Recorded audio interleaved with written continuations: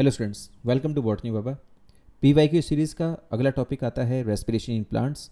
Past 20 years के आपके questions इसमें असेंबल किए गए हैं, या फिर वो क्वेश्चन जो काफ़ी ज़्यादा इंपॉर्टेंट है और जो 20 ईयर्स से पहले भी पूछे गए हैं उनको भी इनके अंदर आपके असेंबल किया गया है। हर क्वेश्चन के लिए आप थोड़ा सा टाइम ले सकते हैं और जब भी आपको कन्वीनियंट लगे आप पॉज दबाकर या फिर उसके बाद में अपना एक्सप्लेनेशन भी सुन सकते हैं। तो चलिए स्टार्ट करते हैं। पहला क्वेश्चन रेस्पिरेशन इन प्लांट्स का सिंपल क्वेश्चन है बेटा। यहाँ पर आपके पूछा गया है enzymes of TC cycle. TC cycle बोले तो कौन?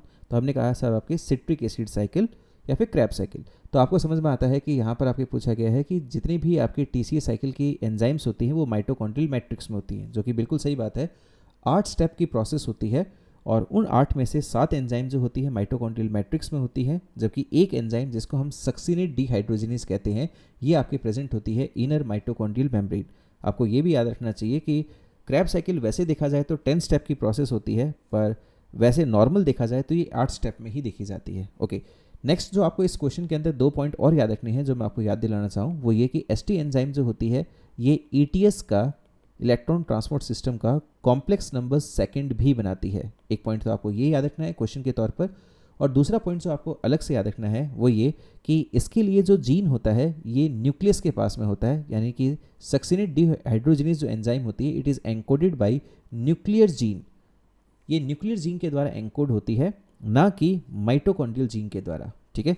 और इसके अलावा जो आपको याद रखना है एक पॉइंट और जो कि एंजाइम्स के तौर पर पूछा जाता है वो ये कि सक्सिनेट डिहाइड्रोजिनेज जो एंजाइम होती है इसके लिए जो सबस्ट्रेट होता है ये तो होता है सक्सिनेट, जिसको ये फ्यूमिनेट में बदलती है, पर इसके अंदर जो आपके इनहिबिटर होता है उसका नाम होता है मेलोनेट।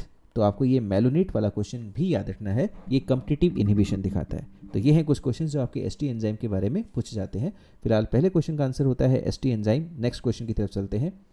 सिंपल सा क्वेश्चन है, पूछा गया है correct sequence of electron acceptor in ATP synthesis. Okay, तो यहाँ पर हम लोग कहेंगे कि साहब एटीपी सिंथेसिस और इलेक्ट्रॉन एक्सेप्टर के बारे में पूछा गया करेक्ट सीक्वेंस। आपको मालूम होना चाहिए एटीएस के अंदर कुल मिला के 5 साइटोक्रोम्स काम आते हैं, टोटल 5 साइटोक्रोम, और इनका जो ऑर्डर आपको देखने को मिलता है वो होता है साइटोक्रोम बी, C1C, ए और A3।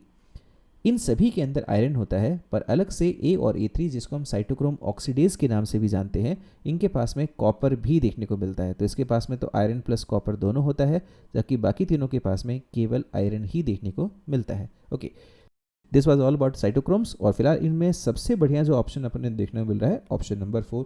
हालांकि इसके अंदर ऑप्शन नंबर 4 के अंदर C1 को मेंशन नहीं किया गया है, पर क्वेश्चन काफ़ी ईजी है। नेक्स्ट क्वेश्चन पर चलते हैं जो कि पूछ रहा है एंड प्रोडक्ट ऑफ ग्लाइकोलाइसिस। बिल्कुल सिंपल सा आपको मालूम है ग्लाइकोलाइसिस के अंदर एक ग्लूकोज आपकी टूटता है 2 पायरुविक एसिड के अंदर 3-3 कार्बन के। तो सही आंसर हो जाएगा pyruvic acid. No explanation is required. आगे चलते हैं। ग्लाइकोलाइसिस में पूछ रहा है कि during oxidation electrons are removed by. बेटा इसमें जो क्वेश्चन है थोड़ा सा हार्ड लेवल का भी आता है। एक क्वेश्चन और बताता हूँ इससे रिलेटेड। क्वेश्चन पूछा जाएगा which is the only oxidative step of glycolysis. पूरे ग्लाइकोलाइसिस का एकमात्र ऑक्सीडेटिव स्टेप कौन सा है? तो आपको याद रखना है कि ये स्टेप नंबर 6 होता है। पूरी ग्लाइकोलाइसिस का ओनली ऑक्सीडेटिव स्टेप कहलाता है स्टेप नंबर 6। और स्टेप नंबर 6 के अंदर आप देखोगे जो PgAl होता है दैट इज फॉस्फोग्लिसर एल्डिहाइड, ये कन्वर्ट होकर बनाता है 1,3-डाइफॉस्फोग्लिसरिक एसिड या फिर ग्लिसरेट कह सकते हैं। और ऐसा करते समय आप देखोगे कि जो NAD+ होता है, NAD+ होता है, ये इलेक्ट्रॉन एक्सेप्टर के रूप में काम आता है, जिससे बनता है NADH2। तो हमने कहा ये बिल्कुल सिंपल सा क्वेश्चन हो गया है। यहाँ पर आपके इलेक्ट्रॉन एक्सेप्टर हो गया कौन? NAD+। यह है स्टेप नंबर 6 के बारे में। नेक्स्ट क्वेश्चन की तरफ चलते हैं और ये पूछ रहा है स्टेप नंबर 1 के बारे में, क्योंकि साफ साफ लिखा है ना यहाँ पर कि ग्लूकोज को हमें बदलना है ग्लूकोज 6 फॉस्फेट के अंदर, राइट। तो हमने कहा कि साहब ये तो स्टेप नंबर 1 है। तो स्टेप नंबर 1 के ऊपर बहुत सारे क्वेश्चन PMT में बन भी चुके हैं और ये काफ़ी ज़्यादा इंपॉर्टेंट स्टेप है, इसके बारे में देखिएगा। पहली बात, स्टेप नंबर 1, 3 और 10 जो ग्लाइकोलाइसिस के होते हैं ये होते हैं इरिवर्सिबल, पहली बात। दूसरी बात ये कि स्टेप नंबर 1 के अंदर मैग्नीशियम आयन काम आता है और यहाँ पर काइनेज एंजाइम काम आती है। ज़्यादातर हिस्सों में आपके काम आती है हेक्सोकाइनेज। तो हमने कहा हेक्सोकाइनेज एंजाइम।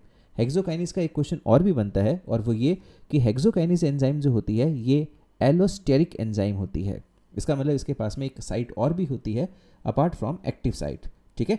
और ये आपकी दिखाती है फीडबैक इनहिबिशन। ये इसमें फीडबैक इनहिबिशन होता है, फीडबैक इनहिबिशन।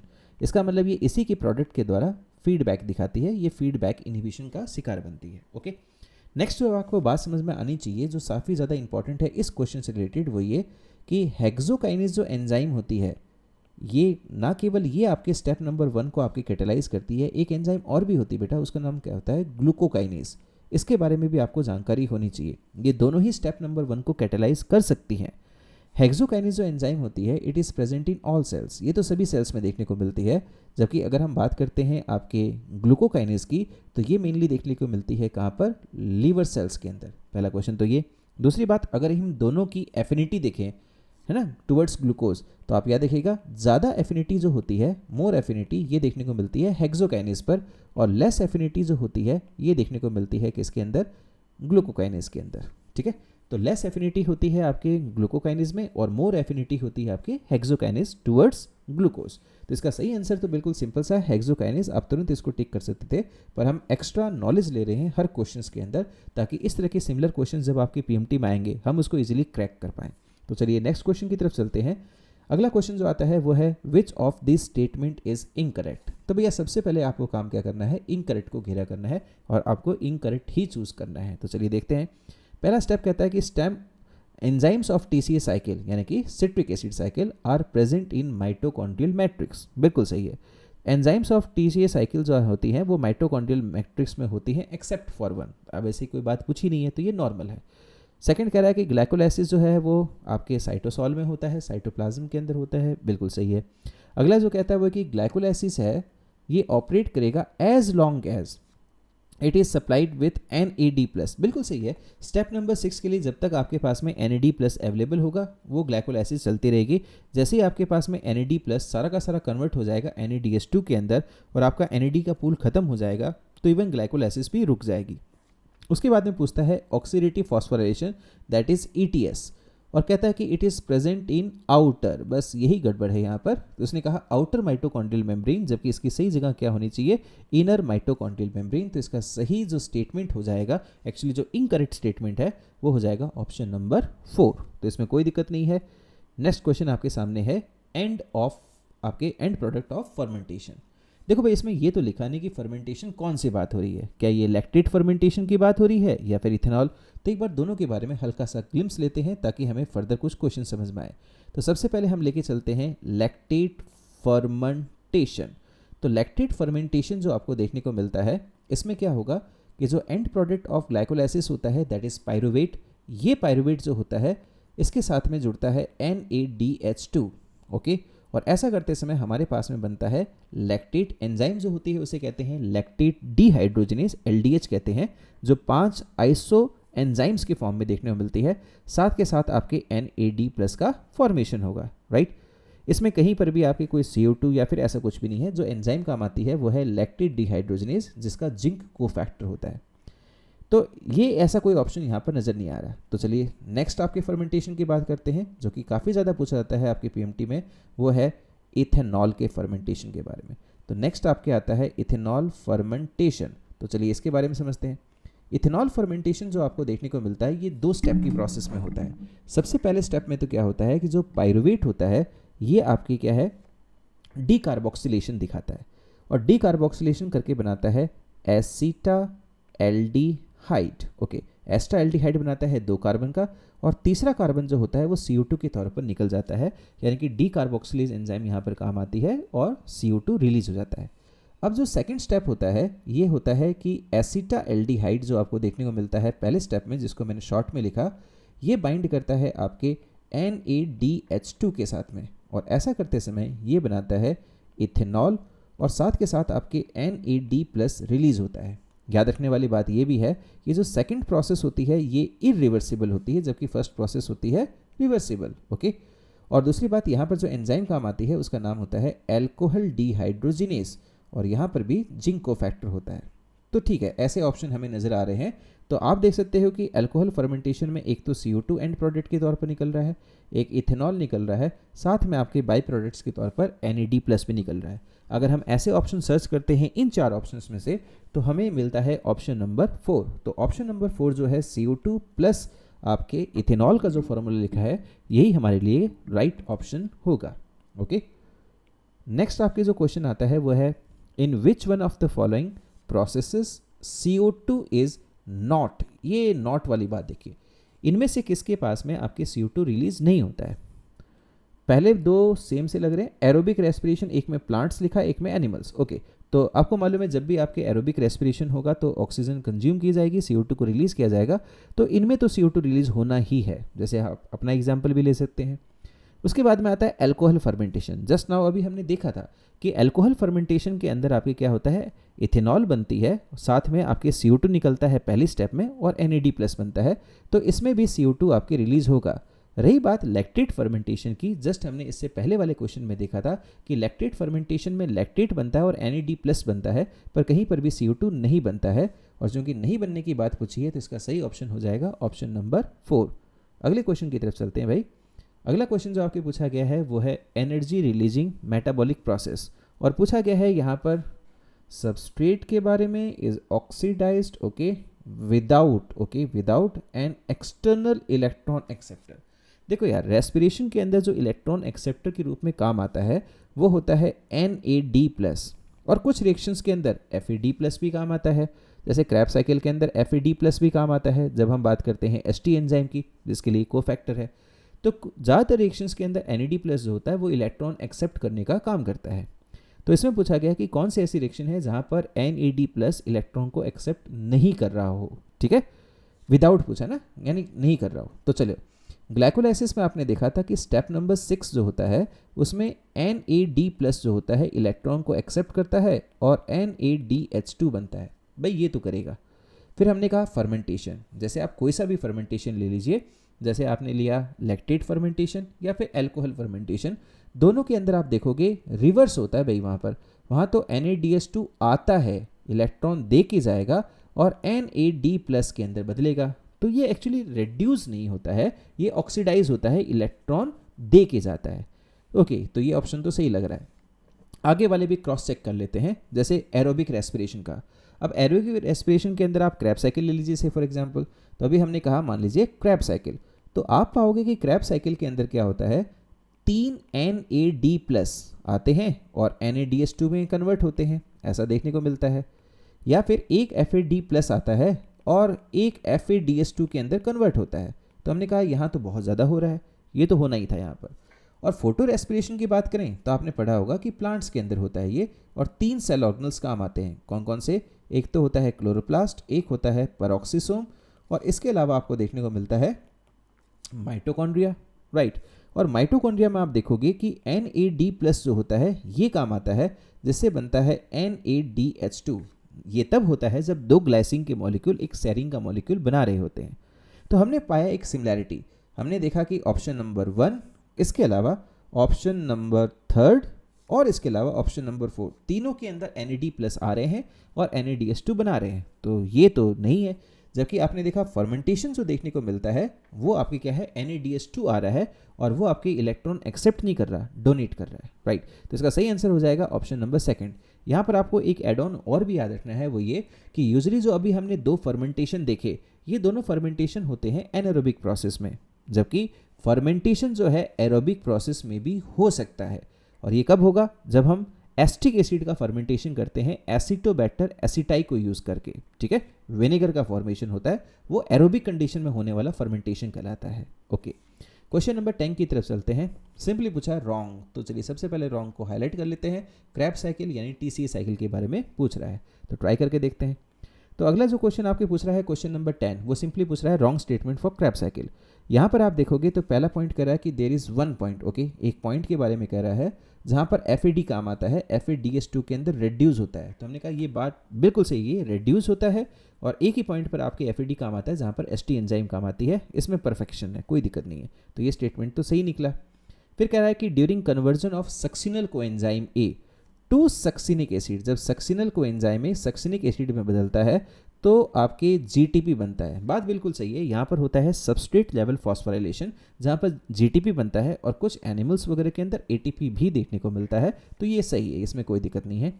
थर्ड पॉइंट जो आपके कहता है कि the cycle start with condensation, 2 चीज़ को यूनाइटेशन किया जाएगा, किस किस का, एसिटिल कोएंजाइम A यानी एसिटिल ग्रुप का पायरुविक एसिड, यहीं रुक जाते हैं क्योंकि पायरुविक एसिड नहीं होता, वो होता है आपके 4 कंपाउंड का ऑक्जेलो एस्टिक एसिड और यू में से ऑक्जेलो एसीटेट, ये होता है आपके प्राइमरी एक्सेप्टर।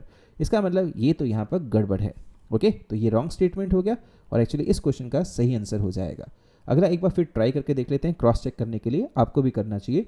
वो है कि देयर आर 3 पॉइंट्स, 3 ऐसे पॉइंट होते हैं जहाँ पर NAD प्लस काम आता है। बात बिल्कुल सही है, 3 पॉइंट पर NAD आता है और 1 पॉइंट पर FAD आता है, तो ये पॉइंट भी बिल्कुल सही है। तो इसका सही आपके स्टेटमेंट जो हो जाएगा, सही जो आंसर है, एक्चुअली रॉन्ग स्टेटमेंट जो है वो हो जाएगा ऑप्शन नंबर 3।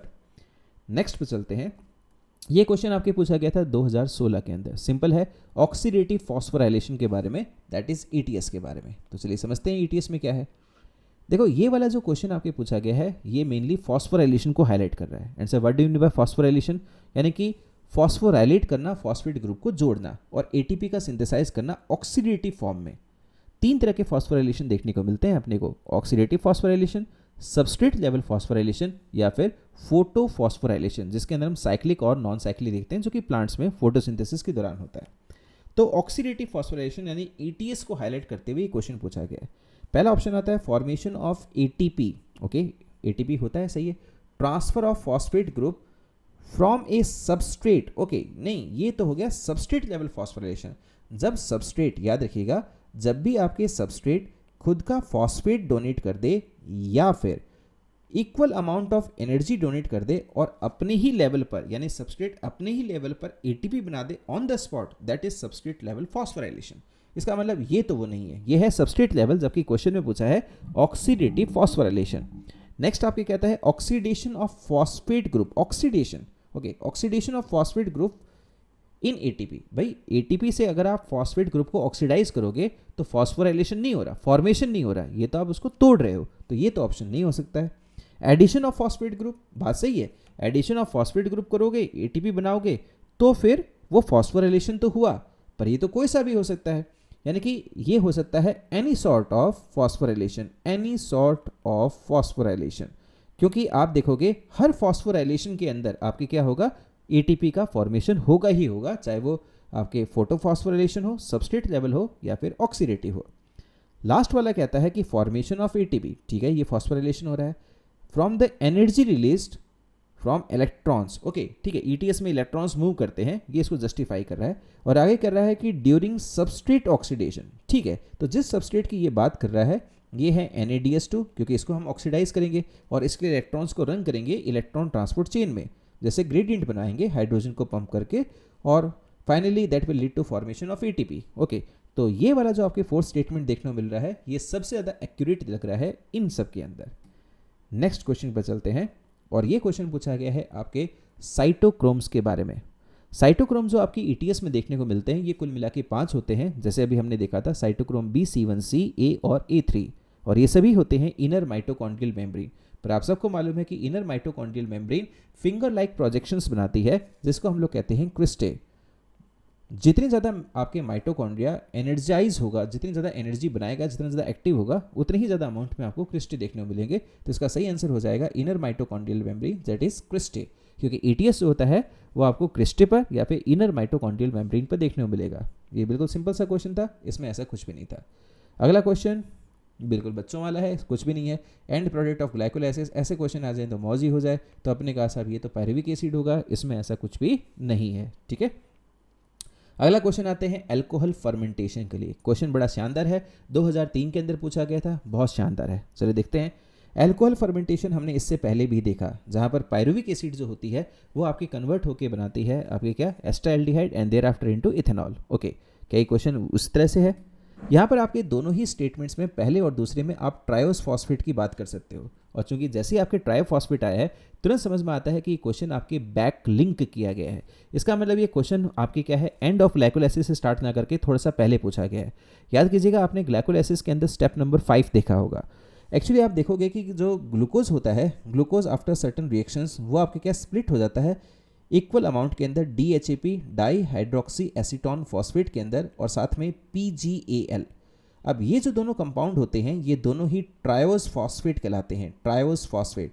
और इनको कन्वर्ट करने वाली एंजाइम जो होती है, जो आपस में कन्वर्ट करती है, उसको कहते भी हम लोग क्या हैं, ट्रायोस फॉस्फेट और साथ में लगाते हैं आइसोमरेज। ओके, इसका मतलब जिस ट्रायोस फॉस्फेट की बात ये कर रहा है ये मोस्ट प्रोबेबली PgAl है या फिर DHAP, क्योंकि आपस में इंटर कन्वर्टिबल हैं। इसका मतलब PgAl की बात कर रहा है। अब PgAl जो आपके कन्वर्ट होता है आगे, वो स्टेप नंबर 6 पर आता है। तो स्टेप नंबर 6 में आपने अभी देखा था कि स्टेप नंबर 6 में NAD+ इलेक्ट्रॉन एक्सेप्टर के रूप में काम आता है और NADH2 या फिर आप NADH+H+ कह सकते हैं, वो बनाता है। और आफ्टर सर्टेन रिएक्शंस फाइनल आपकी प्रोडक्ट बन जाता है, दैट इज पायरुवेट। अब पायरुवेट करेगा अल्कोहल फर्मेंटेशन, क्योंकि यही हमारे क्वेश्चन में पूछा गया है। और पायरुवेट जैसे आपके अल्कोहल फर्मेंटेशन करेगा, सबसे पहले डीकार्बोक्सिलेशन रिएक्शन जहां पर वो एसिटाल्डिहाइड का फॉर्मेशन करेगा, शॉर्ट में लिखा, साथ में बनाएगा आपके CO2, ये रिलीज हो जाएगा।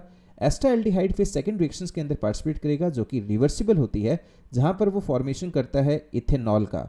पर ऐसा करते समय आपने देखा था कि वहां पर आपके 2 हाइड्रोजन को डोनेट करने के लिए NADH2 आता है जो फाइनली ऑक्सीडाइज होकर NAD+ बनाता है। ये हमारे पास में पूरी आपकी कहानी बन गई। अब इस कहानी के अंदर देखते हैं कि क्वेश्चन क्या कहता है। पहले ऑप्शन को देखा जाए, कह रहा है कि ट्रायोस फॉस्फेट, इसका मतलब हमने कहा PgAl जो कि ट्रायोस फॉस्फेट है, तो हमने कहा कि ठीक है ये ट्रायोस फॉस्फेट तो मिल गया। आगे कह रहा है कि इज द इलेक्ट्रॉन डोनर, वो इलेक्ट्रॉन को डोनेट कर रहा है और एक्सेप्ट कौन कर रहा है, NAD+। बात सही है, ये अपने इलेक्ट्रॉन को डोनेट कर रहा है NAD+ को, तो ये सही लग रहा है। आगे कह रहा है कि एसिटाल्डिहाइड, ओके हमारे पास में एसिटाल्डिहाइड भी है। और आगे कह रहा है कि इज इलेक्ट्रॉन एक्सेप्टर, वो इलेक्ट्रॉन ले रहा है, किससे ले रहा है भाई, NADH2 से। तो हमने कहा साहब ये तो क्वाइट जस्टिफाई हो रहा है, तो पहला ऑप्शन तो सही लग रहा है। सेकंड को ट्राई करके देखते हैं। सेकंड कह रहा है ट्रायोस फॉस्फेट, ओके हमारे पास में PgAl है। फिर कह रहा है इज इलेक्ट्रॉन डोनर, तो हमने कहा सेम लाइन है, ये तो जस्टिफाइड है। आगे कहता है कि pyruvic acid is electron acceptor, नहीं भाई, पायरुविक एसिड जो होता है वो इलेक्ट्रॉन एक्सेप्टर नहीं है, क्योंकि वो किसी से इलेक्ट्रॉन ले नहीं रहा है। तो हमने कहा कि साहब ये सेकंड वाला स्टेटमेंट तो सही नहीं लग रहा है। आगे कह रहा है there is no electron donor, ऐसा नहीं है, इलेक्ट्रॉन डोनेट करने वाला है हमारे पास में जो कि PgAl है।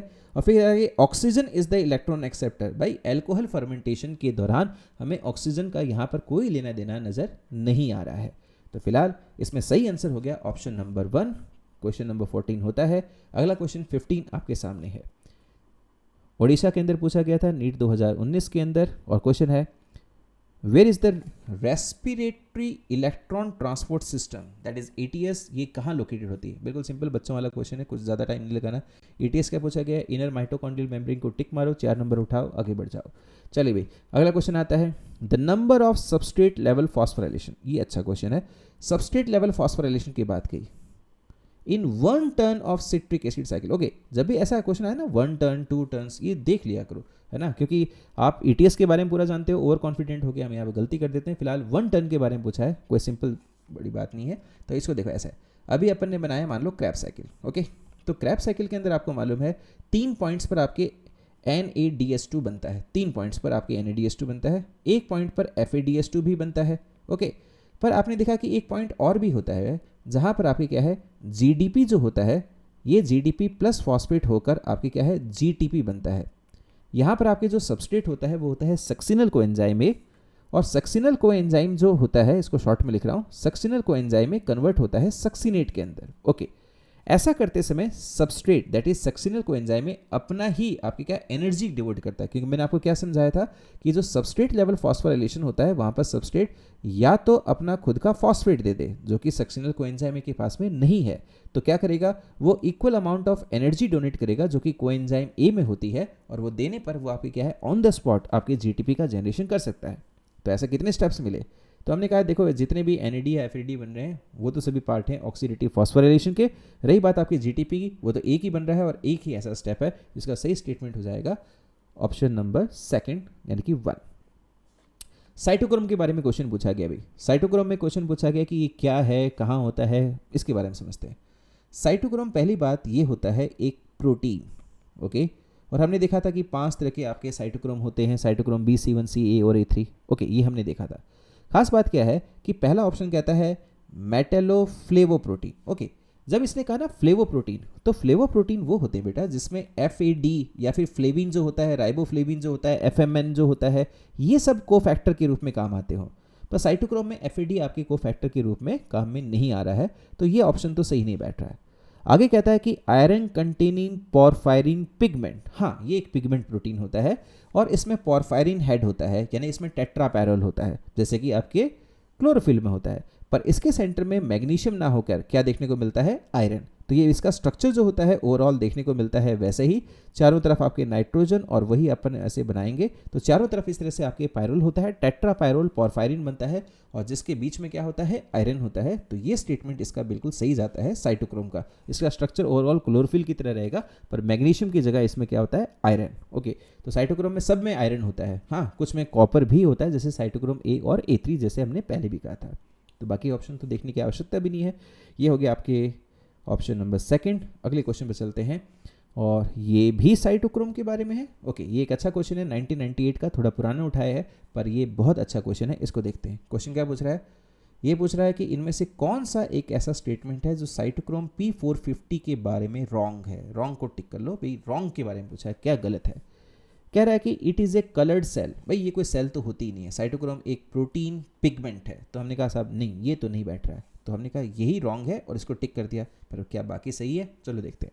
फिर कह रहा है कि ये एक एंजाइम की तरह काम करता है, एक एंजाइम है जो ऑक्सीडेशन रिएक्शंस करते हैं। बिल्कुल सही है, ये बहुत सारे ऑक्सीडेशन रिएक्शन करता है, बहुत सारे मेटाबॉलिक रिएक्शंस के अंदर पार्टिसिपेट करता है, जैसे कि हार्मोन के बायोसिंथेसिस में साइटोक्रोम आपके P450 काम आएगा। इसके अलावा कोलेस्ट्रॉल के सिंथेसिस में भी P450 काम आता है SCR के अंदर। यहाँ तक कि ये डिटॉक्सिफिकेशन ऑफ टॉक्सिक मटेरियल भी करता है, तो इसके बहुत सारे फंक्शंस हैं। तो ये इंपॉर्टेंट रोल अदा करता है मेटाबॉलिज्म में, ये पॉइंट भी बिल्कुल सही जा रहा है। ऑक्सीडेशन रिएक्शन में काम आता है, ये भी सही है, और इसमें आयरन होता है, परफेक्टली सही है। साइटोक्रोम में तो आयरन होना ही है, इसका मतलब बाकी तीनों सही है, बस पहला वाला जो है आपके रॉन्ग स्टेटमेंट है। साइटोक्रोम P450 SCR के साथ में बहुत अच्छी तरह से कंसर्न होता है, हालांकि जरूरी नहीं कि सिर्फ ये SCR में हो, ये माइटोकॉन्ड्रिया के अंदर भी देखने को मिलता है। चलिए आगे बढ़ते हैं। अगला क्वेश्चन जो आपके पूछा गया है ये पूरी तरह से हाइपोथेटिकल है। वैसे देखा जाए तो एक ATP जो होता है, ये यहाँ पर ATP की बात हुई, ये एक ATP जो होता है 7.3 किलो कैलोरीज, अगर हम देखें तो 7.3 किलो कैलोरीज एनर्जी को जनरेट करता है। पर इस क्वेश्चन ने एक हाइपोथेटिकल फिगर दिया है, उसने कहा कि मान के चलिए कि एक ATP आपके 12 किलो कैलोरी देता हो, मान लेते हैं, और फिर उसने कहा कि टोटल जो आपके कंप्लीट ऑक्सीडेशन कर रहे हैं हम लोग 1 मोल ऑफ ग्लूकोज, तो वो आपके क्या CO2H2 दे रहा है, साथ में वो 686, हाँ ये फिगर सही है, 686 किलो कैलोरी एनर्जी दे रहा है। ठीक है, मान लिया। अब ये कह रहा है कि हाइपोथेटिकली मान लीजिए कि हर एक ATP आपके 12 किलो कैलोरी देता है, तो आप हाइपोथेटिकली अगर आप इसका पूरा एनर्जी कन्वर्ट कर पाओ तो टोटल कितने बन पाएंगे। तो हमने कहा साहब ये तो सिंपल आपकी मैथमेटिक्स होगी। यहाँ पर हमें क्या करना है, 686 किलो कैलोरी को आपके 12 से डिवाइड करना है, क्योंकि 12 से आपके मान रहे हैं ATP के हिसाब से, तो ये जो पूरी वैल्यू आ जाएगी ये आ जाएगी नियर अबाउट 57। इसका मतलब इसका सही आंसर हो जाएगा 57।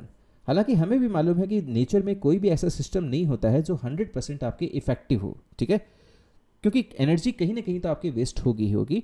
तो इतना तो 57 कोई भी नहीं बना सकता है, मैक्सिमम हम जो बना पाते हैं वो 38 और या फिर 40 होता है ग्रॉस के तौर पर, उतना ही बना पाते हैं। ये एक हाइपोथेटिकल सिचुएशन है। सेकंड, इसने जो कहा आपकी 12 किलो कैलोरी, यहाँ पर आपको फैक्ट एंड फिगर याद रखना है कि एक ATP जो होता है scientifically 7.3 kilo calorie of energy he generate करता है।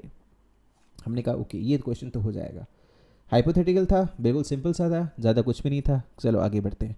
फिर कह रहा है कि which of the following products are obtained by anaerobic respiration from yeast. Okay, anaerobic respiration की बात कर रहा है।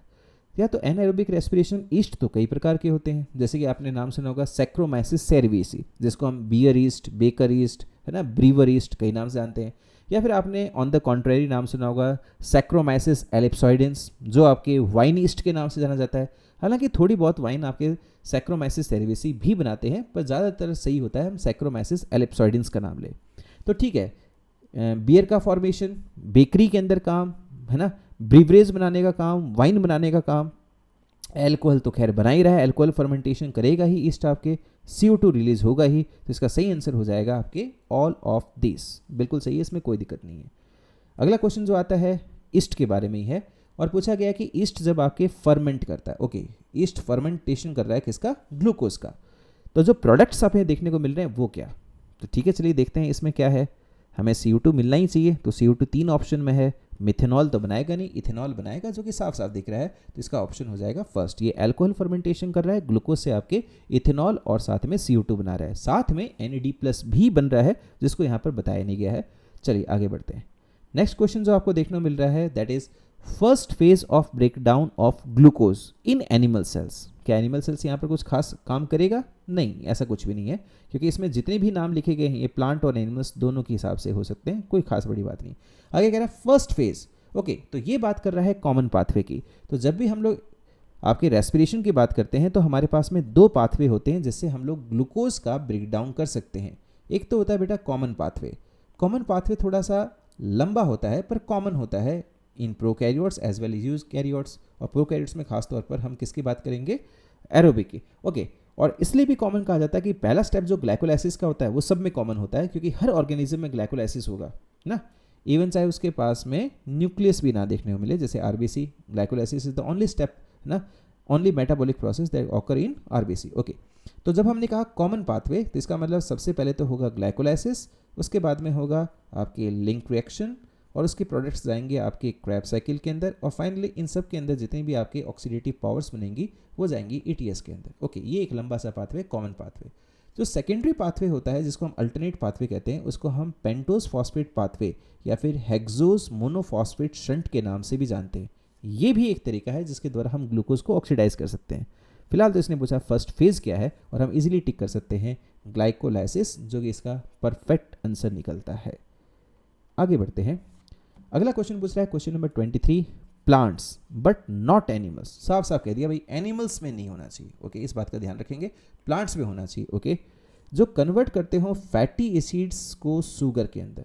ठीक है, ये क्वेश्चन बिल्कुल सिंपल सा है। आपको मालूम है माइक्रो बॉडीज नाम सुना होगा आपने। माइक्रो बॉडीज जो होती हैं ये कई तरह की देखने को मिलती हैं, जैसे आपने नाम सुना होगा बरोक्सिसोम्स, ग्लाइओक्सिसोम्स और स्फेरोसोम्स। तो उसमें से एक आपके नाम सुना होगा आपने ग्लाइऑक्सीसोम्स।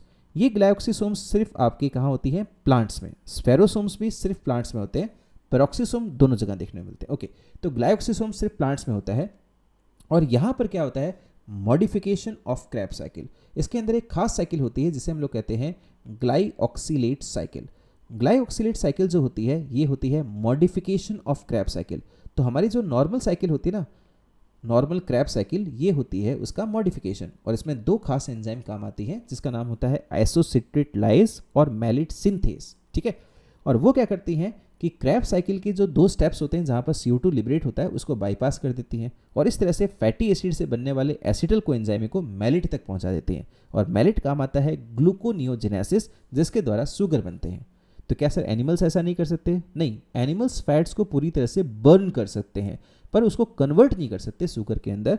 तो इसका सही आंसर हो जाएगा ग्लाइऑक्सीलेट साइकिल, जो होता है ग्लाइऑक्सीसोम्स के अंदर, और ग्लाइऑक्सीसोम्स ये प्योरली प्रेजेंट देखने को मिलेंगे प्लांट्स में, एनिमल्स में नहीं होते। चलिए नेक्स्ट आपके आता है क्वेश्चन नंबर 24, ट्राई करके देखिएगा। पूछा गया विच ऑफ द फॉलोइंग की intermediate compound. Okay, intermediate compound की बात हो रही है, linking glycolysis to Kreb cycle. Okay, ये तो लिंक रिएक्शन की बात कर रहा है, और जहां पर आपके एसिटल कोएंजाइम मिलेगा। बिल्कुल सिंपल सा क्वेश्चन, कोई बड़ी डील नहीं। आगे बढ़ते हैं।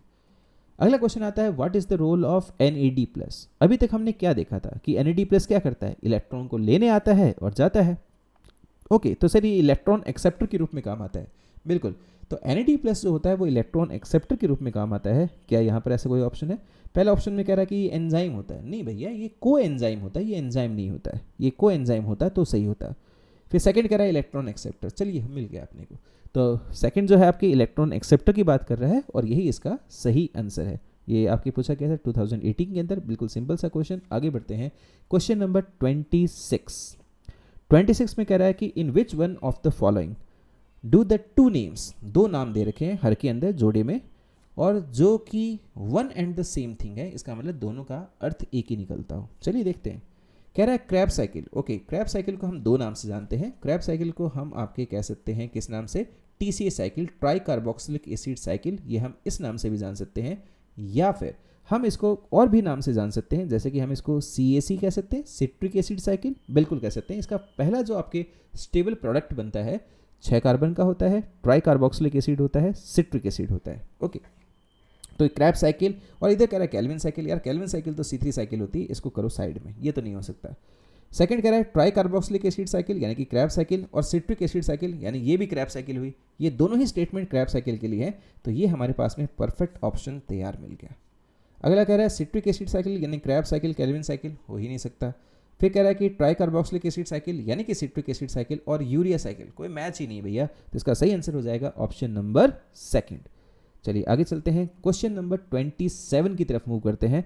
पूछ रहा है कि टर्मिनल साइटोक्रोम, अरे यार ये बात तो हमने देखी थी, कौन कौन सा, तो हमने देखा था 5 साइटोक्रोम काम आते हैं, साइटोक्रोम बी, C1C, A और A3। तो सही क्या हो गया भाई, साइटोक्रोम A3, ये इसका परफेक्ट आंसर हो जाएगा। बिल्कुल बच्चों वाला क्वेश्चन, आप इजीली इसको किल कर सकते हो। आगे आ जाइए क्वेश्चन नंबर 28 की तरफ। पूछ रहा है connecting link between glycolysis and Krebs cycle, repeat हुआ भैया, एसिटिल को एंजाइम में टिक करना है, कोई बड़ी डील नहीं है। आगे बढ़ते हैं, तो ये क्वेश्चन हमारा इजीली हो जाएगा। आगे बढ़ते हैं, नेक्स्ट क्वेश्चन आता है ओवरऑल गोल ऑफ ग्लाइकोलाइसिस। चलिए इसको ट्राई करते हैं। क्वेश्चन कह रहा है कि overall goal of glycolysis, Krebs cycle and ETS, okay, electron transport system, ये क्या है भाई? इनका गोल है कि जो आपके देखने को मिल रहा है ग्लूकोज, उसको हम स्टेप वाइज तोड़ लें और उसमें से जितना ज़्यादा आपकी ATP निकाल सकते हैं उसको निकालें। पहला कहता है कि ATP in one large oxidation reaction, नहीं भैया, यहाँ पे तो स्टेप वाइज बहुत सारी ऑक्सीडेटिव रिएक्शंस होती हैं, तब जाके आपके पूरी तरह से उसको बर्न कर सकते हैं। फिर कह रहा है कि फॉर्मेशन ऑफ शुगर, नहीं भाई, शुगर का फॉर्मेशन यहाँ पर फिलहाल नहीं कर रहे हैं, इनका मेन मकसद शुगर को तोड़ना है। न्यूक्लिक एसिड, नहीं भैया, न्यूक्लिक एसिड नहीं बना रहे। और लास्ट वाला ऑप्शन तो बिल्कुल साफ साफ झलक रहा है, ATP in small step wise units, छोटे छोटे यूनिट्स के अंदर हम इसको तोड़ते जाएंगे और एनर्जी को सिक्वेंसली रिलीज करते जाएंगे। क्वेश्चन नंबर 30 आपके सामने है, माइटोकॉन्ड्रिया में प्रोटॉन्स कहाँ एक्यूमुलेट होते हैं? माइटोकॉन्ड्रिया का आप देखोगे तो उसके इनर माइटोकॉन्ड्रियल मेम्ब्रेन जो देखने को मिलती है, जहाँ पर ETS होता है, इसके सारे हम लोग प्रोटॉन्स को पंप करते हैं बाहर की तरफ। ये वाला जो सेक्शन आपको बाहर नजर आएगा, इस वाले सेक्शन के अंदर, जिसको हम पेरी माइटोकॉन्ड्रियल स्पेस या फिर इंटर माइटोकॉन्ड्रियल मेम्ब्रेन स्पेस कह सकते हैं, इंटर मेम्ब्रेन स्पेस, ऐसा कोई ऑप्शन है? बिल्कुल है, इंटर मेम्ब्रेन स्पेस हमें थर्ड ऑप्शन देखने को मिल रहा है, जिसको हम पेरी माइटोकॉन्ड्रियल स्पेस के नाम से, PMS के नाम से भी जानते हैं। तो ये इसका सही ऑप्शन हो जाएगा, ऑप्शन नंबर 30। उसके बाद में आते हैं ऑप्शन नंबर 31। कह रहा है क्रैब साइकिल के अंदर जो FAD होता है, ये पार्टिसिपेट करता है एज इलेक्ट्रॉन एक्सेप्टर, जैसे कि आपके NAD भी करता है, तो ये FAD भी आपके इलेक्ट्रॉन एक्सेप्टर है। ओके, तो ये कब करता है? तो बिल्कुल ये उसी समय करेगा जैसे अभी हमने देखा था कि सक्सिनिक एसिड आपकी कन्वर्ट होगी फ्यूमेरिक एसिड में by the help of ST enzyme, that is succinate dehydrogenase enzyme. Clear है, इसमें कोई दिक्कत ही नहीं है, बिल्कुल बच्चों वाला क्वेश्चन। आगे बढ़ते हैं। ओके, ये आया है बड़ा प्यारा क्वेश्चन, इसको देखिएगा, नीट 2013 के अंदर आपके क्वेश्चन पुटअप किया गया है। 3 पाथवे दिखाए गए हैं, pathway A, pathway B and pathway C। Okay, तो इसमें क्या पूछ रहा है कि यहाँ पर हो क्या रहा है और क्या क्या चीज़ आपकी बन रही है, ये कुछ ऑप्शंस हैं। इस क्वेश्चन को एक बार पूरा तरह से सॉल्व करके देखते हैं ताकि हमें पूरी क्लैरिटी आए, ना कि सिर्फ हम इसकी क्वेश्चन के ऊपर जंप करें। ठीक है, तो सबसे पहले हम देखते हैं कि पाथवे A क्या है। निश्चित रूप से जब ग्लूकोज जा रहा है तो 100% जो पहला पाथवे देखने को मिलेगा, ये आपको देखने को मिलेगा ग्लाइकोलाइसिस। तो हमने कहा कि जो पहला पाथवे अपने को देखने को मिल रहा है वो है ग्लाइकोलाइसिस का, और आपको मालूम है ग्लाइकोलाइसिस के अंदर ग्लूकोज आ रहा है। ठीक है, और जो पहला नंबर दे रखा है, ये पहला नंबर क्या हो सकता है? तो मैं इसको मैग्नीफाई कर देता हूँ आपके लिए, इसको ऐसे मैग्नीफाई कर लेते हैं ताकि आपको थोड़ा क्लियर नजर आए। तो हमने कहा कि जो पहला स्टेप आपको नजर आ रहा है, जो पहली चीज़ आपकी ग्लाइकोलाइसिस में जा रही है, वो क्या हो सकती है? तो हमने कहा एक तो स्टेप नंबर 6 के अंदर NAD+ काम आता है, राइट, यहाँ ये बिल्कुल काम आएगा। साथ में आपको मालूम है कि स्टेप नंबर 7 और 10 के अंदर वहाँ पर आपकी ADP काम आता है, जिससे आपकी ATP बनता है। ओके, ये हमें चाहिए यहाँ पर। ठीक है, तो ग्लाइकोलाइसिस को हम NAD+ दे रहे हैं स्टेप नंबर 6 के लिए, और 7 और 10 के लिए हम ADP सप्लाई दे रहे हैं ताकि वो ATP बना पाए। ठीक है, तो उसके एंड प्रोडक्ट्स क्या क्या निकलेंगे, चलिए ट्राई करके देखते हैं। एक तो यहाँ पर एक एरो दिखा रखा है जो जा रहा है आपके B की तरफ, इसका मतलब कुछ प्रोडक्ट है जो यहाँ से निकल के आपके उधर जा रहा है। तो निश्चित रूप से ये 2 नंबर क्या होगा, पायरुविक एसिड, क्योंकि पायरुविक एसिड ही आगे की रिएक्शंस के अंदर पार्टिसिपेट करेगा, और यू में से पायरुवेट। ओके, और दूसरी तरफ दिखाया गया है 3 नंबर, और जो 3 नंबर है वो निकल कर फाइनल में जा रहा है। तो मेरे हिसाब से जो फाइनल होगा वो निश्चित रूप से आपकी ETS के बारे में ही कह रहा है।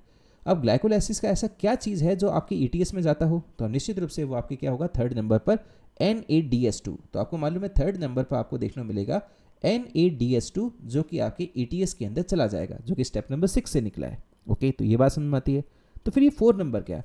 तो निश्चित रूप से 4 नंबर क्या है, स्टेप नंबर 7 और 10 के अंदर बनने वाले एटीपी होंगे, क्योंकि एडीपी आया था तो निश्चित रूप से एटीपी बनेगा, और एनएडी जो आया वो NADH2 के तौर पर जा रहा है। तो पहला फ्रेम जो है ग्लाइकोलाइसिस का वो तो सेट बैठ रहा है। बी ट्राई करके देखते हैं। अब देखो पहला तो है ग्लाइकोलाइसिस, और जो आपके सी निकल रहा है वो ETS है। इसका मतलब ये हुआ कि जो बी है ये कॉमन हो गया, किसके लिए, लिंक रिएक्शन और क्रैब साइकिल दोनों एक साथ, जैसा कि NCERT में रिप्रेजेंट किया गया है।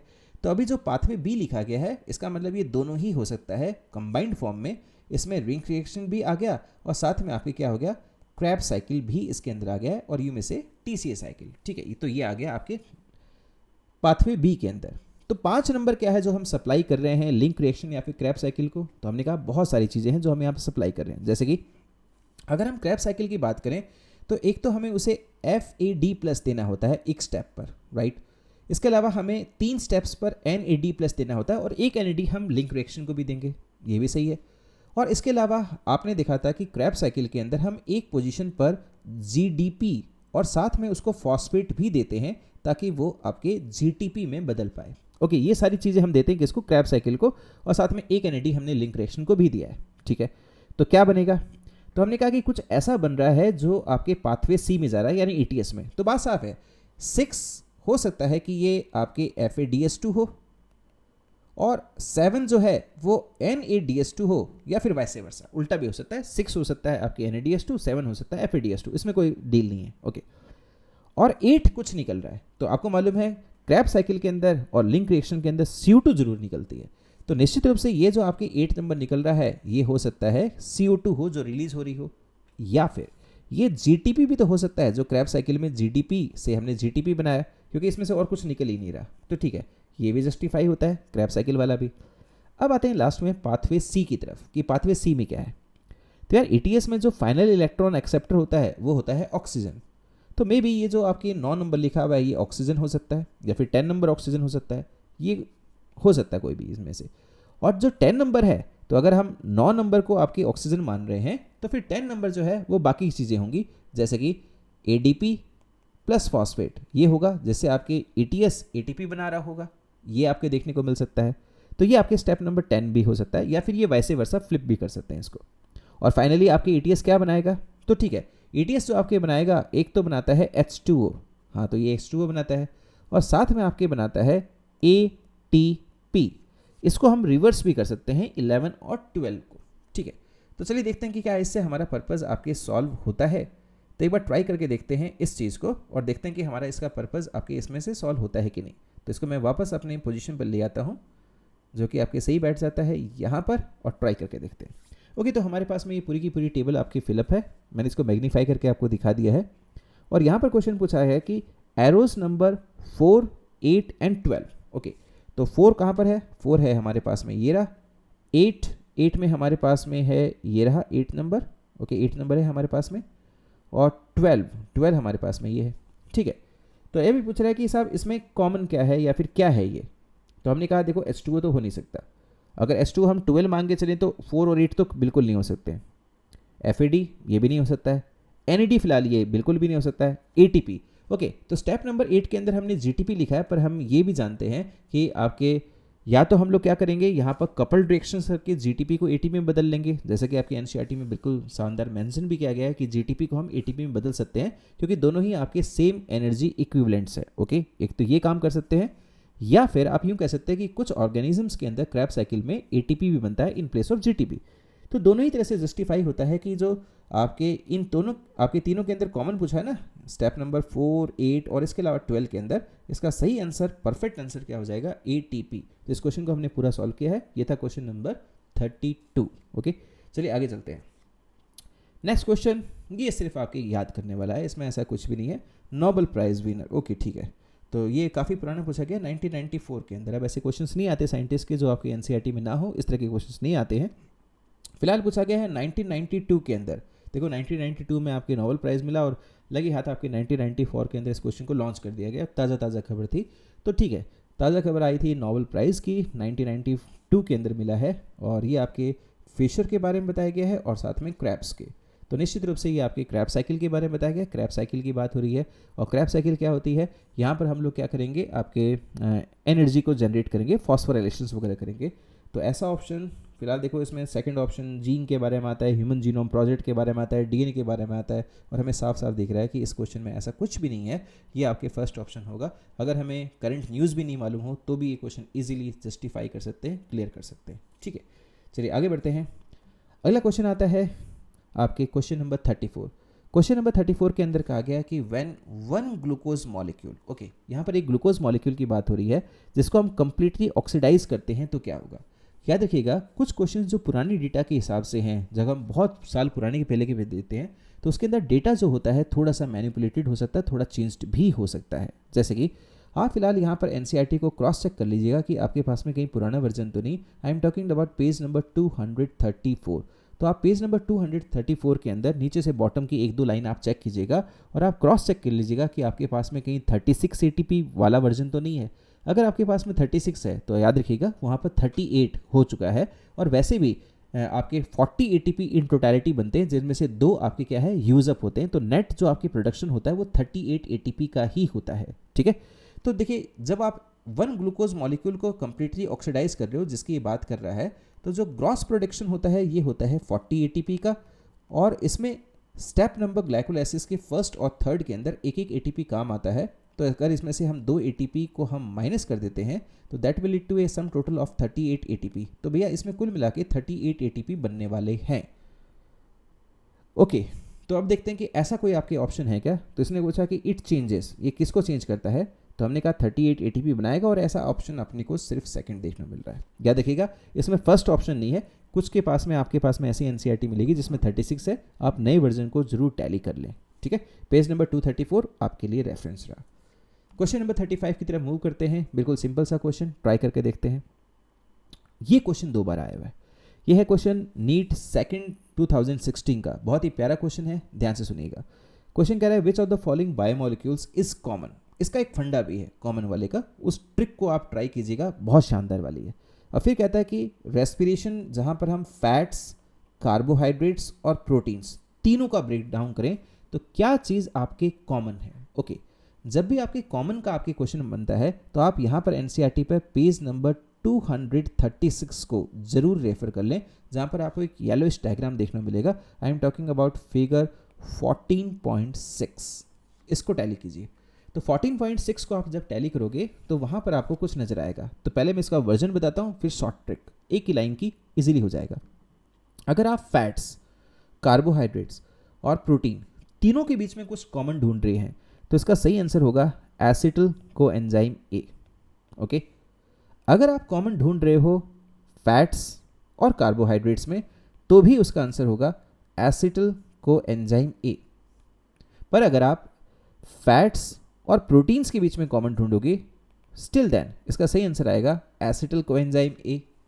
पर यदि आप ऐसा नहीं कर रहे और आप कॉमन ढूंढ रहे हैं, मान लीजिए कार्बोहाइड्रेट्स और प्रोटीन्स में, इन दोनों में फैट्स नहीं है, तो आप देखिएगा आपका आंसर आएगा पायरुविक एसिड। ये आपको याद रखना है। तो फिर सर इसकी ट्रिक क्या रही, सिंपल है। अगर मैं आपसे यूं कहूं कि जहां जहां फैट आएगा वहां पर 100% आपके सामने एसिटिल कोएंजाइम आएगा, बस ये याद रखना है। जब भी फैट कॉम्बिनेशन में आएगा आंसर एसिटिल कोएंजाइम ए ही जाएगा। अगर फैट कॉम्बिनेशन में नहीं है, जैसे फोर्थ वाला ऑप्शन को देखो, तो आंसर पायरुविक एसिड जाएगा। और इस चीज़ को आप एक्सपीरियंस कर सकते हैं पेज नंबर 236 पर। ये क्वेश्चन आपके 2 बार रिपीट हो चुका है पीएमटी के अंदर, ट्राई करके देखिएगा। ये है आपके फिगर 14.6। याद रखिएगा, जब भी फैट्स काम में आएगा तो फैट्स के लिए सिंपली याद रखिएगा बीटा ऑक्सीडेशन करता है, एसिटिल कोएंजाइम बनाता है। तो आपको जब भी फैट्स आए तो आपको एसिटिल कोएंजाइम को टिक करना है। ये शॉर्ट ट्रिक है, हम इसके डिटेल एक्सप्लेनेशन में फिलहाल नहीं जा रहे हैं। ठीक है, चलिए आगे बढ़ते हैं। तो अगला जो आपके क्वेश्चन आ रहा है, जैसे हमने पहले का आंसर टिक किया क्या, बिल्कुल इसका आंसर हो जाएगा एसिटिल कोएंजाइम ए, जिसको मैंने यू टिक कर दिया। राइट, ये हो गया क्वेश्चन। आगे बढ़ते हैं। अगला आता है आरक्यू के बारे में कि आरक्यू क्या है, आपके ट्राइपाल्मिटीन। ओके, ये ट्राइपाल्मिटीन के बारे में पूछ रहा है, पाल्मिटिक एसिड ट्राइपाल्मिटीन। ये पूछ रहा है आपके फैटी एसिड्स के बारे में। सिंपल एक ट्रिक बोल देता हूँ, ट्राई करके देखिएगा आरक्यू की। हालांकि हमारे पास में पूरी ट्रिक है जिसको मैं फर्दर आपके वीडियो को पोस्ट कर दूंगा, पर फिलहाल एक छोटा सा हिस्सा बताता हूँ। बहुत ईजी है, बहुत फनी भी है। ये नीट आपकी 2019 में पूछा गया है, तो इसको आप ऐसे याद रखिएगा कि 0.9, जब हम कहते हैं ना 0.9, तो 9 और P ये आप ट्राई करके देखना, ये होती है मिरर इमेज, बिल्कुल सही है। और तो P से बन गया प्रोटीन। इसका मतलब 0.9 की वैल्यू किस में देखने को मिलेगी? प्रोटीन में। 9 और P को देखिए बिल्कुल सेम मिलेगा। ओके, ऑन द कॉन्ट्रेरी अगर आप लेके चलते हो 0.7, तो आपने लिखा 7, ठीक है, हमने 7 लिख दिया। तो अब आप 7 का मिरर इमेज बना के ट्राई करके देखो। तो हमने कहा साहब 7 का मिरर इमेज बनाते हैं, बनाओ भैया। तो 7 का जब मिरर इमेज बनाओगे तो आपके सामने ऐसा बनेगा, ट्राई करके देख लो। तो ये क्या बन गया सर? ये बन गया आपके फैटी एसिड्स और ये में से फैट्स। ओके, तो 9 का मिरर इमेज P यानी प्रोटीन्स, 7 का मिरर इमेज आपके F यानी कि फैटी एसिड्स। मिरर इमेज याद रखो, सिंपल है। हालांकि आरक्यू की पूरी ट्रिक है, पर वो बाद की वीडियोस में डालेंगे। अभी के लिए आपको ये क्वेश्चन इजीली सॉल्व हो जाएगा। तो आरक्यू के बारे में पूछा है तो इसका आंसर हो जाएगा 0.7, यानी कि इसका थर्ड ऑप्शन आपके सही हो जाएगा। इसको मैं दूसरे कलर में कर देता हूँ, आपको इजीली विजिबल हो जाएगा। अगले क्वेश्चन में चलते हैं, क्वेश्चन नंबर 37। क्या पूछ रहा है? And product of citric acid और क्रैब्स साइकिल। बिल्कुल सिंपल है। यहाँ पर हम लोग पूरी तरह से आपके क्या करते हैं, CO2 और H2O तो नहीं कह सकते, क्योंकि H2O जो होता है वो डायरेक्टली नहीं बनता सिट्रिक एसिड में। हाँ, जो 4 स्टेप्स हैं जिनमें 3 NADH और 1 FADH2 बनता है, वो फाइनली ETS के थ्रू जाते हैं। तो इसका मतलब ये जो H2O होगा ये आपके ETS में जाके बन जाएगा, जब आपके फाइनल इलेक्ट्रॉन एक्सेप्टर जो ऑक्सीजन होता है, इलेक्ट्रॉन को एक्सेप्ट करके आपके H2O बनाएगा, ये तब बनेगा। पर फिलहाल इन सब के अंदर सबसे बेस्ट ऑप्शन आता है CO2 एंड H2O। चलिए अगला आता है क्वेश्चन नंबर 38। ये पूछा गया है NADP+। Okay, NADP not NAD+, गौर करना, NADP। ज़्यादातर बच्चे सोचते हैं कि सर NAD+ बोले तो रेस्पिरेशन और NADP बोले तो फोटोसिंथेसिस। नहीं, ऐसा नहीं। P फॉर फोटोसिंथेसिस समझ लेते हैं, ऐसा नहीं है। NADP भी रेस्पिरेशन में काम आता है। कहाँ काम आता है समझिए, आप याद रखिएगा, NADP हमारी बॉडी में भी है, सभी ऑर्गेनिजम्स के है। तो यहाँ पर क्या देखने को मिलेगा, याद रखिएगा कि NADP जो होता है काम आता है अल्टरनेट पाथवे के अंदर।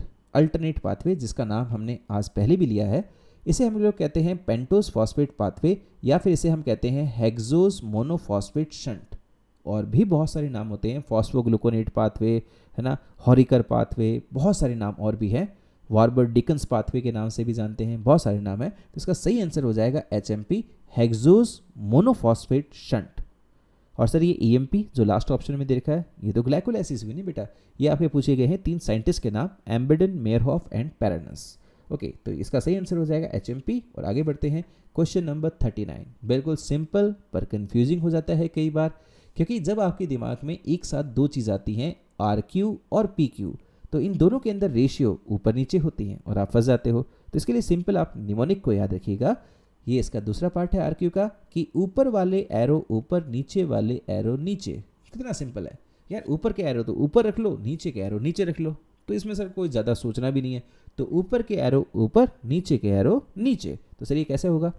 ऊपर के एरो का मतलब जो गैस आपके लिबरेट की जाती है, और नीचे के एरो यानी जो कंज्यूम की जाएगी। ओके, तो सर ये कैसे होगा? RQ के अंदर जब हम देखें तो कौन से आपकी ऐसी गैस है जो लिबरेट होती है, तो हमने कहा साहब CO2। और कौन सी गैस है जो आपकी कंज्यूम होती है, तो हमने कहा ऑक्सीजन। ठीक है, तो RQ वाला केस तो सॉल्व। और PQ के बारे में क्या विचार, तो हमने कहा फोटोसिंथेसिस के बारे में पूछ रहे हैं।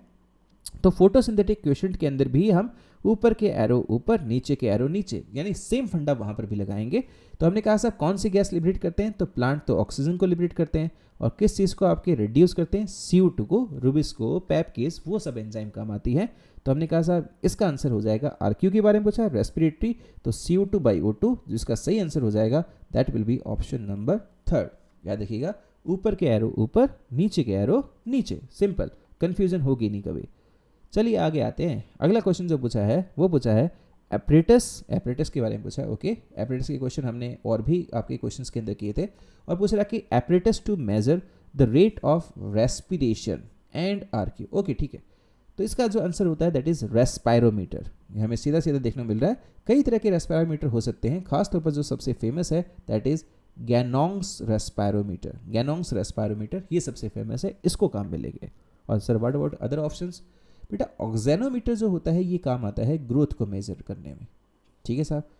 पोटोमीटर जो होता है ये काम आता है ट्रांसपिरेशन को मेजर करने में, ट्रांसपिरेशन। ओके, वो भी हमें यहाँ पर नहीं करनी है। और मैनोमीटर जो होता है ये तो बहुत बड़ी बात होगी। मैनोमीटर जो होता है आमतौर पर प्रेशर नापने में काम आता है और ये कई वैरायटी के होते हैं, जैसे बैरोमीटर।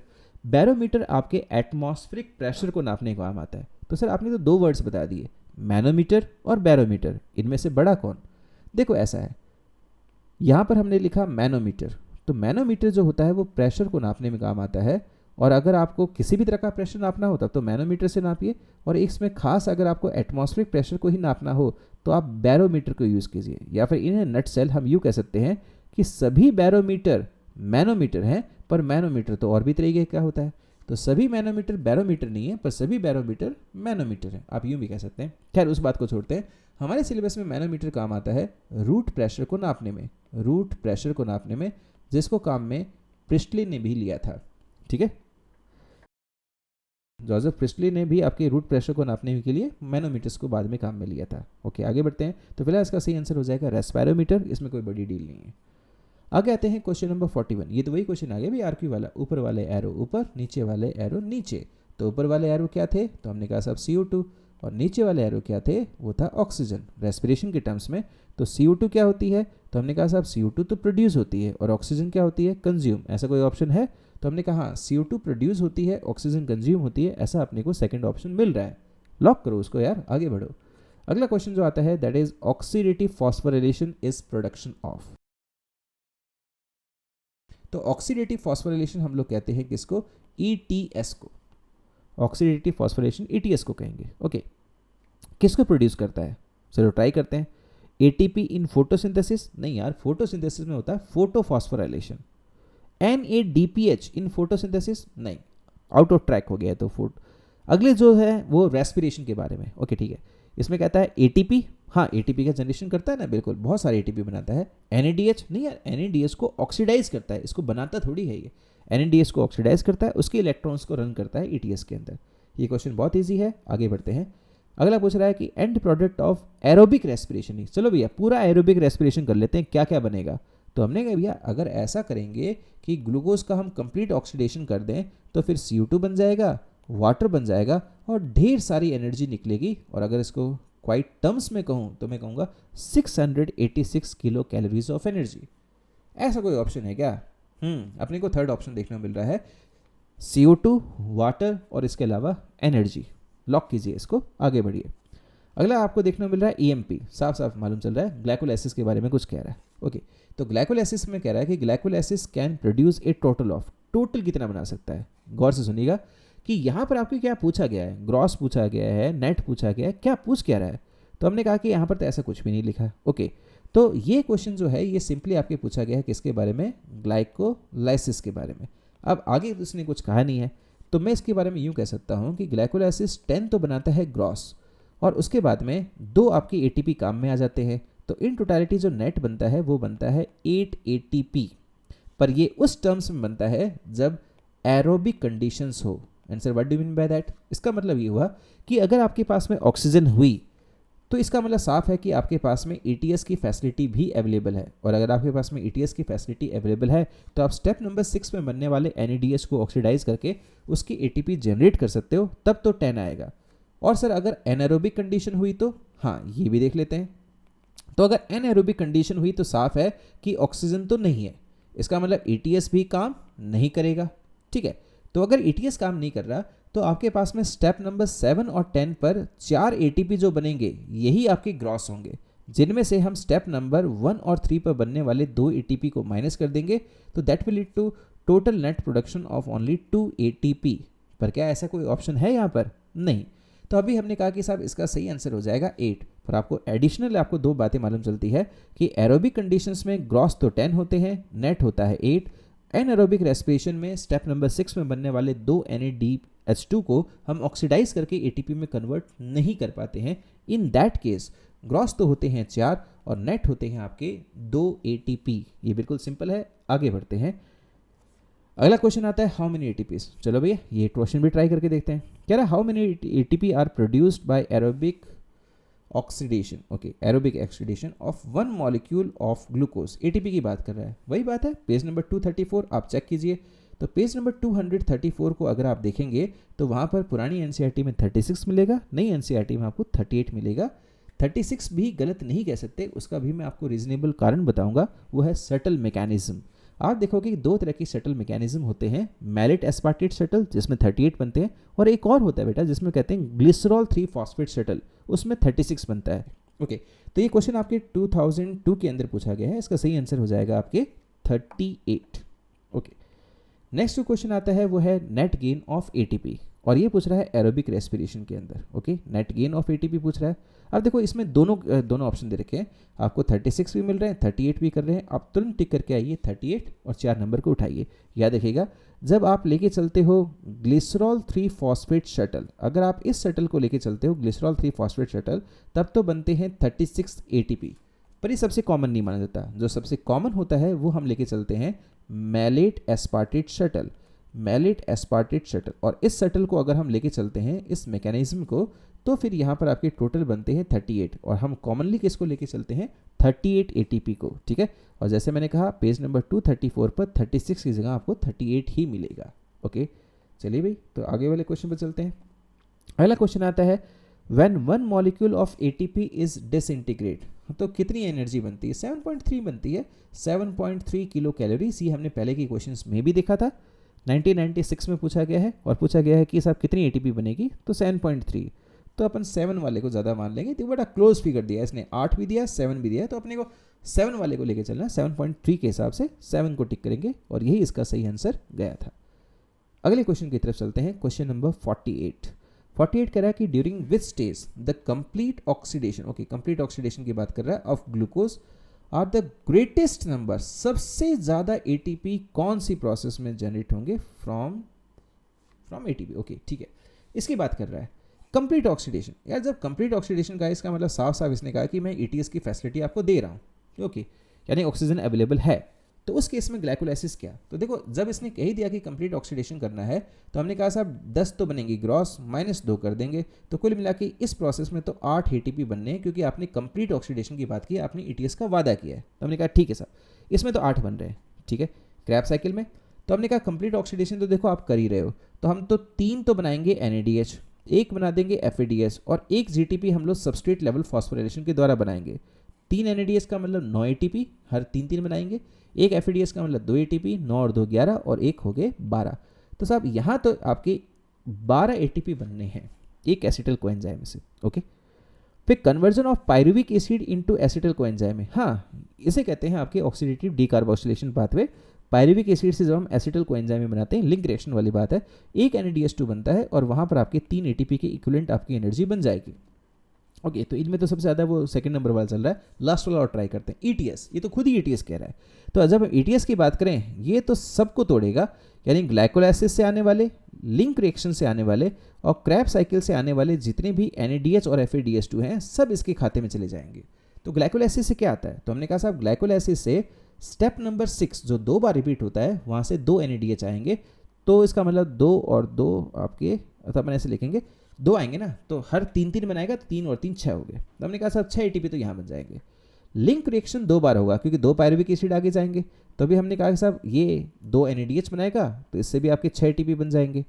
और क्रैब साइकिल की अगर हम बात करें, तो एक एसिटल कोएंजाइम के लिए 3 NADH और 1 FADH बनाएगा। GTP तो ऑन द स्पॉट बना, उसका यहाँ लेने देना नहीं है। और जब हम 2 एसिटल कोएंजाइम की बात करें, क्योंकि ग्लूकोज का कंप्लीट ऑक्सीडेशन कर रहे हैं, तो फिर 11 और 11 ये हो जाएंगे 22, यानी कि 22। तो अगर हम इन सब का टोटल कर लेते हैं, तो टोटल हमारे पास में एग्जैक्ट फिगर आ जाएगा ETS का, जो कि हो जाएगा 34 ATP। बाकी सारे सबस्ट्रेट लेवल ये 34 बनेंगे ऑक्सीडेटिव फॉस्फोराइलेशन के द्वारा। ओके, ये आ गया खाता। तो अभी हमने कहा कि इन सभी में सबसे ग्रेटेस्ट फिगर कौन सा है? 34। तो हमने कहा इलेक्ट्रॉन ट्रांसपोर्ट चेन, ये सबसे इसका एक्यूरेट आंसर हो जाएगा। तो ये परफेक्टली इसको सॉल्व कर दिया गया है। अगला क्वेश्चन आता है क्वेश्चन नंबर 49 आपके सामने, अल्टीमेट रेस्पिरेटरी। ओके, अल्टीमेट, इस पॉइंट पर ध्यान दीजिएगा, अल्टीमेट रेस्पिरेटरी सबस्ट्रेट। यूँ तो बहुत सारे रेस्पिरेटरी सबस्ट्रेट होते हैं, प्रोटोप्लाज्मिक रेस्पिरेशन करते हैं या फिर फ्लोटिंग करते हैं, बहुत सारे देखने को मिलते हैं, पर ये पूछ रहा है कि ultimate respiratory substrate yielding maximum number of ATP molecules. ये यहाँ पर आपको थोड़ा सा कंफ्यूज कर रहा है मैक्सिमम की तरह, कई बच्चे मैक्सिमम की तरफ चल जाएंगे, पर जो वर्ड आपके सामने आ रहा है ना, वो है अल्टीमेट रेस्पिरेटरी सबस्ट्रेट। यानी आप इनमें से कुछ भी ले लो, इन सबको कन्वर्ट होना पड़ेगा किसके अंदर, ग्लूकोज के अंदर, क्योंकि ग्लूकोज ही हमारी पूरी बॉडी के लिए अल्टीमेट रेस्पिरेटरी सबस्ट्रेट है, यही आपके हर सेल के पास में जाता है। तो इसका सही आंसर जो गया था वो था ग्लूकोज, इसमें कोई दिक्कत नहीं है। 1994 का आपके क्वेश्चन पूछा गया है। कई अगर वैसे सोचेंगे तो वो ग्लाइकोजन की तरफ भागने की कोशिश करेंगे, ये सोचेंगे साहब ग्लाइकोजन में बहुत सारे ग्लूकोज होते हैं तो साहब ये तो देगा मैक्सिमम एनर्जी, पर आप अल्टीमेट पर ध्यान दें, अल्टीमेटली तो ग्लाइकोजन को ग्लूकोज में कन्वर्ट होना ही पड़ेगा, ठीक है। तो चलिए आगे बढ़ते हैं। अगला जो क्वेश्चन आता है, out of 38 ATP molecules, okay ये एग्री कर रहा है इस बात पर, ये कह रहा है कि साहब 38 एटीपी मॉलिक्यूल्स जो बना रहा है ग्लूकोज, उसमें से 32 मॉलिक्यूल्स जो होते हैं ये फॉर्म होते हैं NADH और FADH2 से। हमने कहा बहुत सही है। वैसे देखा जाए तो इसमें अगर हम करेक्शन करें तो अपन कहेंगे साहब देखो ऐसा है, वैसे क्रॉस तो बनते हैं 40 ATP, कितने बनते हैं 40 ATP, और ये जो आपने लिखा ना 32 ATP, ये 32 नहीं होते, ये होते हैं एग्जैक्ट 34, जिसको मैंने प्रीवियस स्लाइड के अंदर, यानी इसी आपके पार्ट के अंदर, आपकी प्रीवियस स्लाइड के अंदर 34 को मैंने मेंशन भी करके दिखाया। ये बनते हैं किसके द्वारा, ETS के द्वारा, ओके। तो 34 बनते हैं ETS के द्वारा। अब क्वेश्चन क्या पूछ रहा है कि ये सारे के सारे जो 32 ATP बनते हैं कहाँ बनते हैं, हमें ETS में बनते हैं भाई, ऐसा कोई ऑप्शन है, हाँ ये रहा रेस्पिरेटरी चेन। तो रेस्पिरेटरी चेन या फिर आप कह सकते हैं ETS, ये सारे इसमें बनते हैं। पर इसमें थोड़ा सा करेक्शन कर लेते हैं अपन कि इसने कहा ना कि आउट ऑफ 38 ATP तो नेट हुआ बेटा, वैसे ग्रॉस कितने बनेंगे 40, तो इन 40 में से 32 या फिर 38 में से मतलब 40 लोगे तो 34 कहना ग्रॉस के हिसाब से, नेट के हिसाब से कहोगे तो आप कहना 38 और उधर कहना 32, ठीक है ऐसे। पर वैसे देखा जाए तो 40 और 34 कहना ज़्यादा अप्रोप्रिएट हुआ, ठीक है। तो कुल मिला के ये ETS के अंदर बनते हैं, इसमें ज़्यादा कुछ नहीं बोलना, ये क्लैरिफाइड है। अगला क्वेश्चन आता है क्वेश्चन नंबर 51, यहाँ पर लिखा out of 36 ATP molecules, okay यहाँ 36 की बात कर रहा है। चलिए देखते हैं क्वेश्चन को। ये कह रहा है कि 36 मॉलिक्यूल्स जो आपके बनते हैं ग्लूकोज के द्वारा, हाँ ऐसा हो सकता है अगर आप ग्लिसरॉल 3 फॉस्फेट शटल को काम में लो, यानी कि अगर आप ग्लिसरॉल 3 फॉस्फेट शटल को काम में ले रहे हो तो उस सूरत में आपके 36 ATP बनेंगे, उसमें कोई दिक्कत नहीं है। तो आगे कह रहा है कि ये जो 36 आपके ATP के मॉलिक्यूल्स बन रहे हैं, मान लीजिए ग्लिसरॉल 3 फॉस्फेट शटल के द्वारा, तो ये कैसे कैसे कैसे इनका क्राइटेरिया बताइए।